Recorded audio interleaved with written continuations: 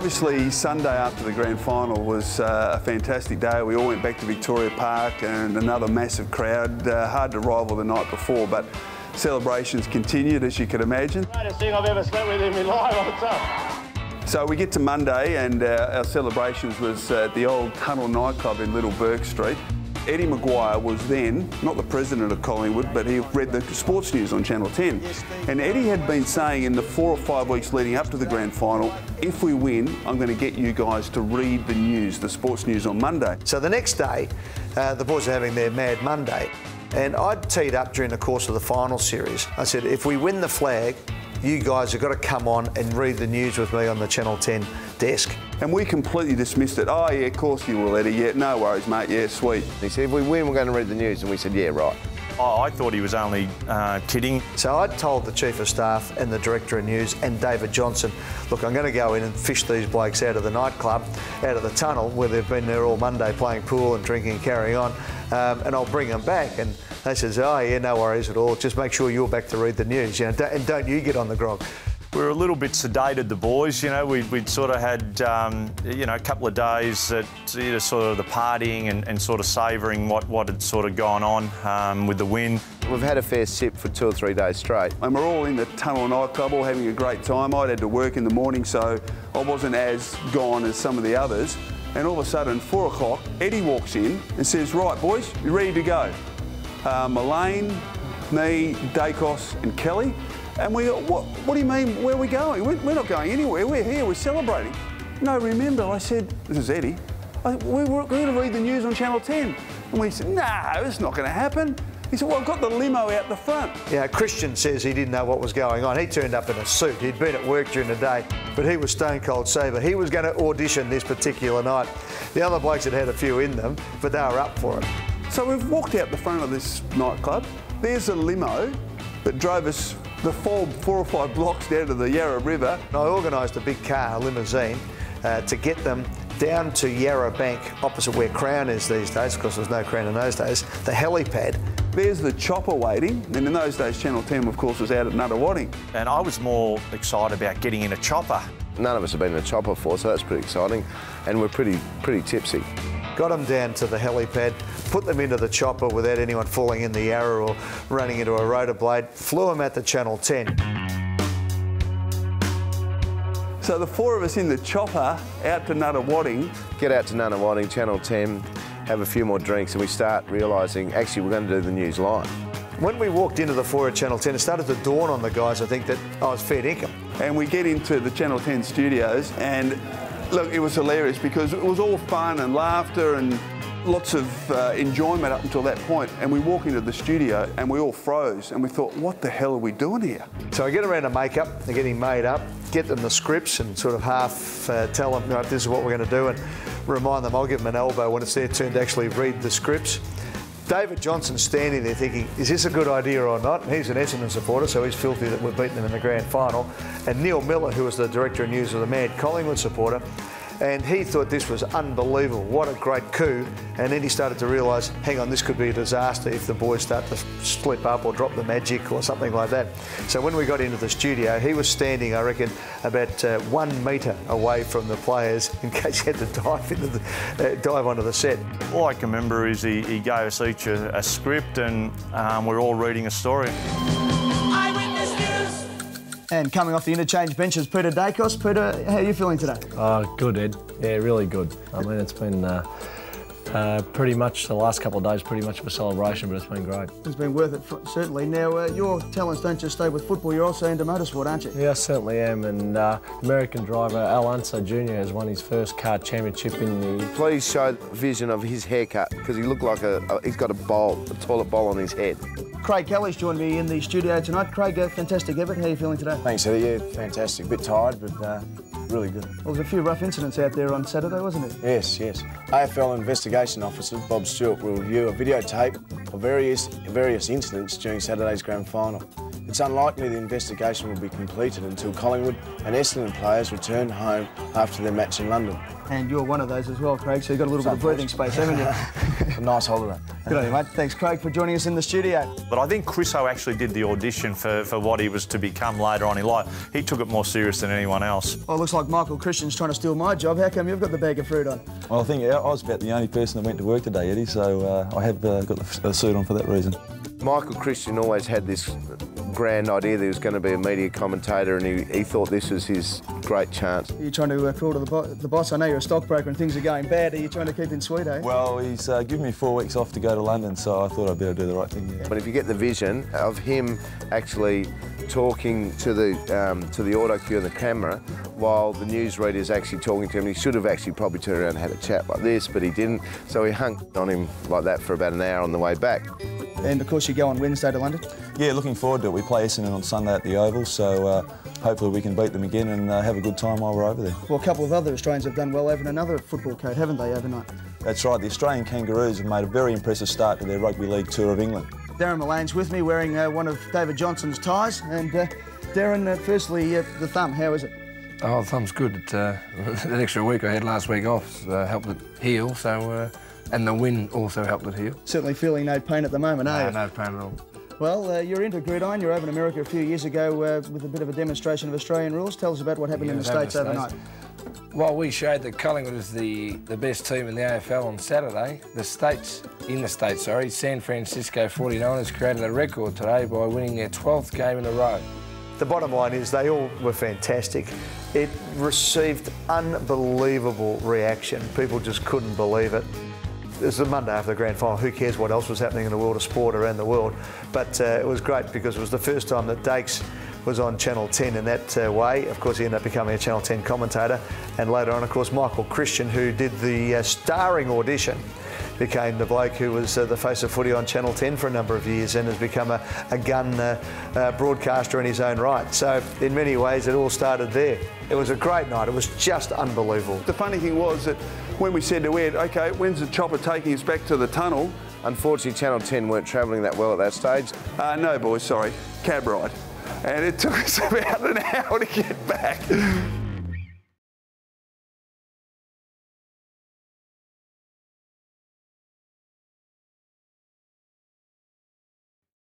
Not a lot of people realise that we actually flew out on the Wednesday post grand final on the Saturday. We're on a plane heading to London to play in the Foster's Cup, which was always played off between the two grand finalists. That was pretty special for us, a lot of the players. Me personally, I was really looking forward to it. I mean, the grand final was one thing, and then getting a trip to London. I'd never been to London. Originally, it was 2 weeks after the grand final, but because we had the draw with West Coast, all of a sudden, it was a 7-day turnaround. So we played on the Saturday, we had the celebrations on the Sunday, celebrations on Monday, then we had the Copeland Trophy, and then 8 o'clock on Wednesday morning, we got on the flight to go to London. And everyone was absolutely bombed out by then. I remember it was an early flight, so we're at the bar, all of us, and we just kept drinking. So, as you can imagine, we weren't in the best condition. And I'm thinking, well, how am I going to keep the troops in order? So I was assistant coach, and in those days, there were virtually only one assistant coach who coached the reserves. So I was it, and Lee left me in charge. He left me in charge by saying, well, have a good time, it's all up to you now, and laughed. And I said, yeah, well, I know why you're laughing. The Essendon guys, they were stern in their complete demeanour.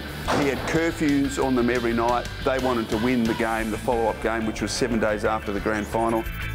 I'm pretty sure that we were taking it a little bit more light-hearted than the Bombers were. We were a bit of a rabble. Anyway, so we get over there.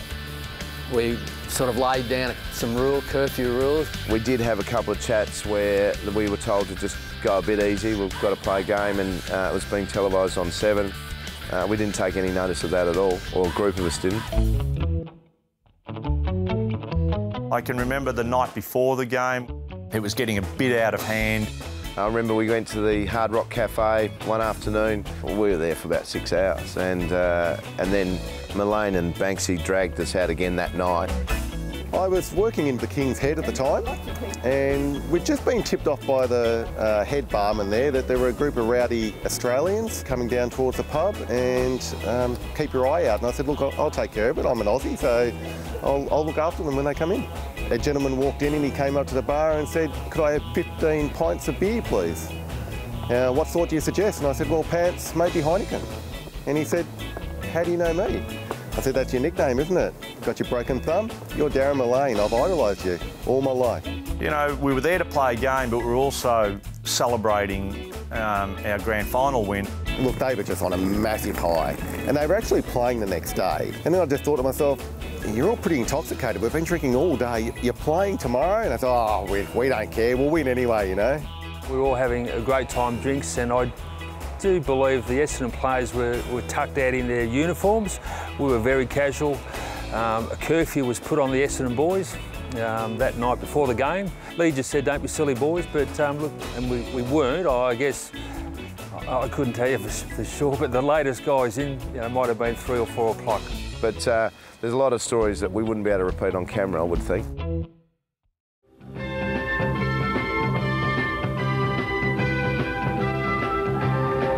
Hello and welcome to the Oval in London for a rematch of last week's grand finalists, Essendon and Collingwood, in the Foster's Cup here at one of the homes of cricket here in London.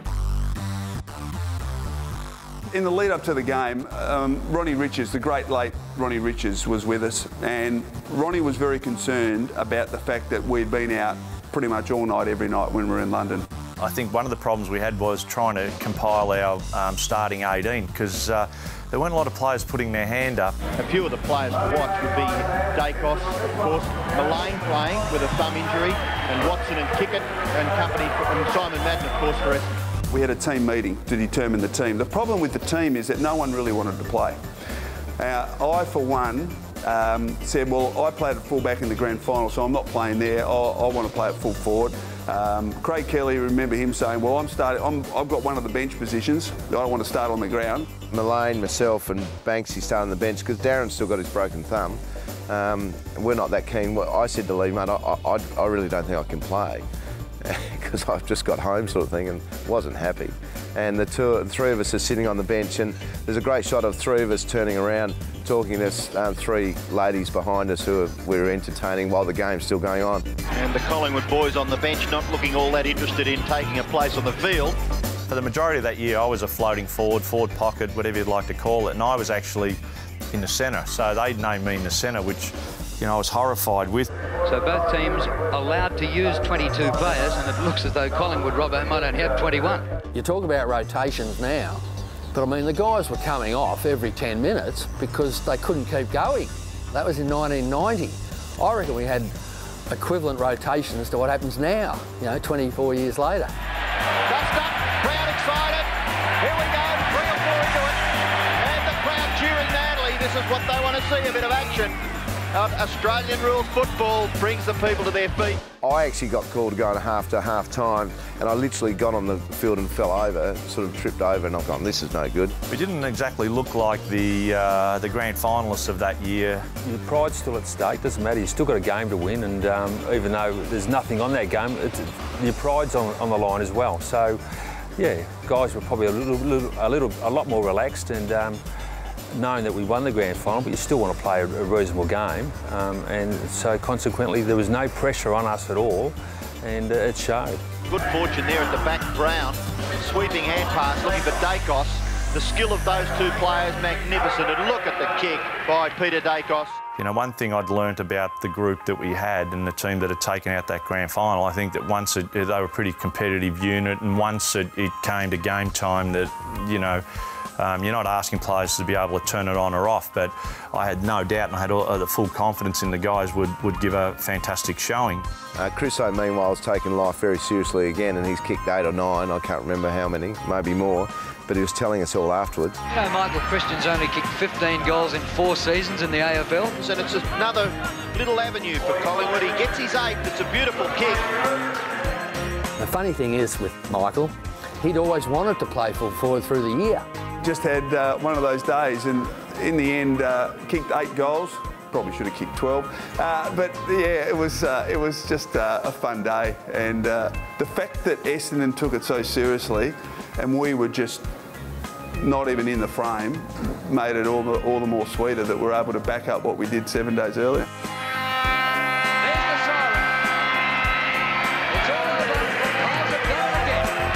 It was a very light-hearted game from our behalf. I remember Sheeds said to the boys, their guys beforehand, that you know, these guys are just drinking, we've got to beat them. And then he ripped it into them afterwards when he said, you know, you've been beaten by a pack of drunks, and we were. Oh, friendly banter. They're all good guys, the Essendon guys, and good friendly banter. And there was a bit of banter going on. You know, we're going to beat you guys, etc., etc., and we did. You know, Vi just being more relaxed, I think. We had plenty of water boys that day. It was unbelievable. I still can't believe how we won. Yeah, it was a great finale to a great year, and it was a great memory. It was a fantastic memory being away with the guys. Of course, we cared about whether we won, and we did win the game, but it was more about just spending time with each other and reflecting on the year, and of course the grand final. So, oh look, yeah, it was fantastic. Couldn't imagine anything better.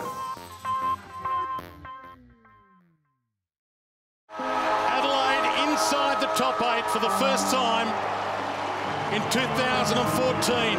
Season-defining moment for both clubs. Collingwood outside the top 8 for the first time since round 5. Yeah, I suppose looking back on the game was probably patches of the first quarter where we didn't execute stuff we spoke about. You know, a couple of silly decisions just that led to easy goals for Adelaide that come back to hurt us in that last 15 minutes. And I think whenever you lose a close game, people always look at the last 15 minutes and think it was those actions, but you know, most of the times it's things you do earlier in the football match that hurt you. And we took some good steps forward with, you know, we won contested ball, which we hadn't won in a while, and we were able to pressure reasonably well for the night. You know, I had no concerns about whether we've got young guys or older guys. I think that comes from when we won the flag in 2010. We were one of the youngest sides ever to do it, so age is never an excuse, and it's just lapses in the game that hurt us, and if we're going to be a good side, we've got to get them out of our game. It's a journey, and there's going to be ups and downs, and obviously we want more ups and downs. It's a massive final 5 rounds for us. If we ultimately want to play finals football, we've got to get the job done in the next 5 weeks, and I think we're capable of it. We've just got to keep learning. You know, in 5 weeks, so much can change, and we've just got to keep tipping in the work at the football club and keep trying to improve as individuals and as a team. And you can gel a hell of a lot in 5 weeks, and you know, I'm looking forward to the growth we've got with us. You know, starting on Sunday against Port Adelaide. Well, I think bar 2 games this year, Fremantle and Essendon, we really weren't that competitive. I think all the games that we've played this year, we've really had a crack, and the guys leave it all out on the ground. And for the last 5 weeks of the year, that's what we plan to do. And for the supporters out there, just get along and support us. And you know, even though we didn't get over the line against the Crows, they were noticeable in the crowd, and you know, they're like our 19th man. So the more they can get there and support us and stick with us, the more it's going to help us on match day.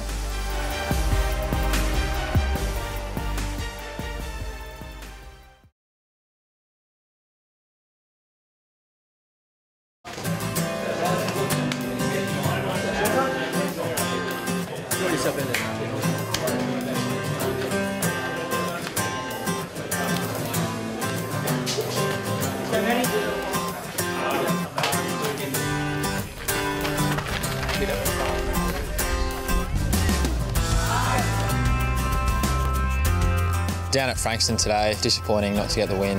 Ended up losing by a couple of goals. Yeah, obviously I set out for the first half and didn't come on until third quarter, so I got to see half the game from the bench, and it looked like it was a bit of an arm wrestle most of the game. I was a little bit nervous for a bit longer. Didn't seem to really affect my preparation too much. To finally get out there in the third quarter was exciting. All the teammates were great. They supported me well, so yeah, that was good.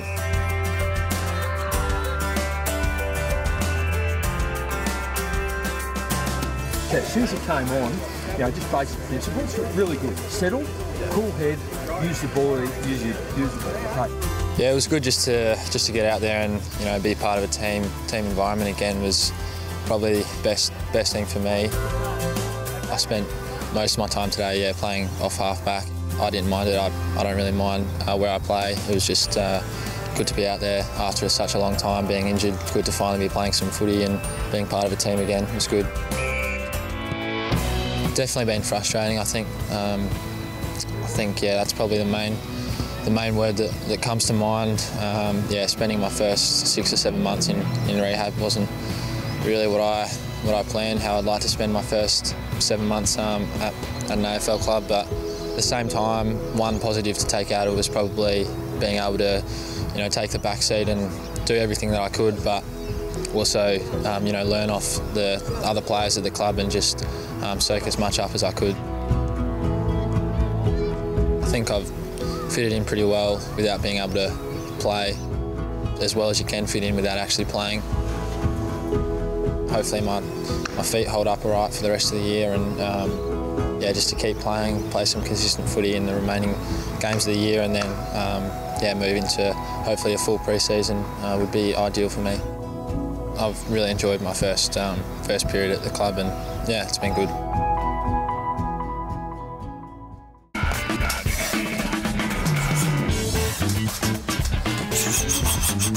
Yeah.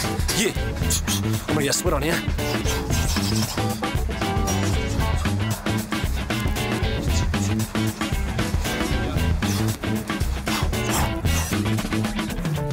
The nominations are in for the greatest mark and greatest goal of all time in Collingwood's history.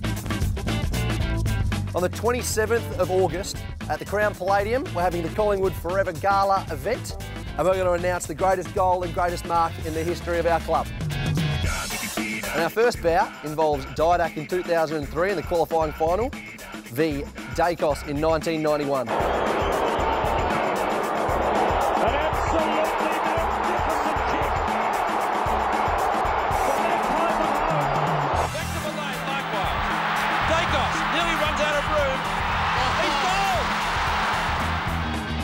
And our next bout involves Chris Tarrant in 2003 against Severio Roca in 1997.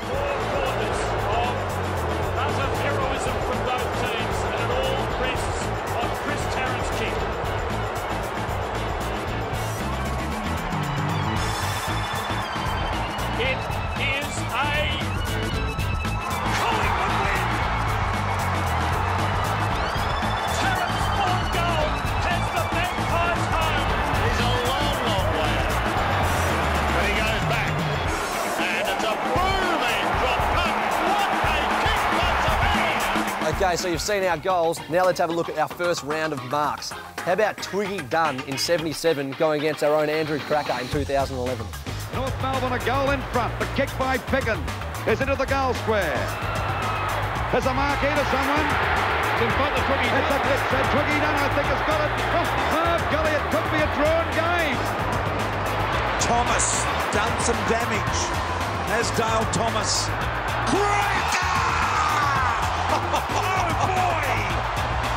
Unbelievable jack in the box. Have fun picking between these two marks of the year. Picking in 1974 versus Jamie Elliott's Cracker from last year against Port Adelaide. Square. Jamie Elliott with a huge fly.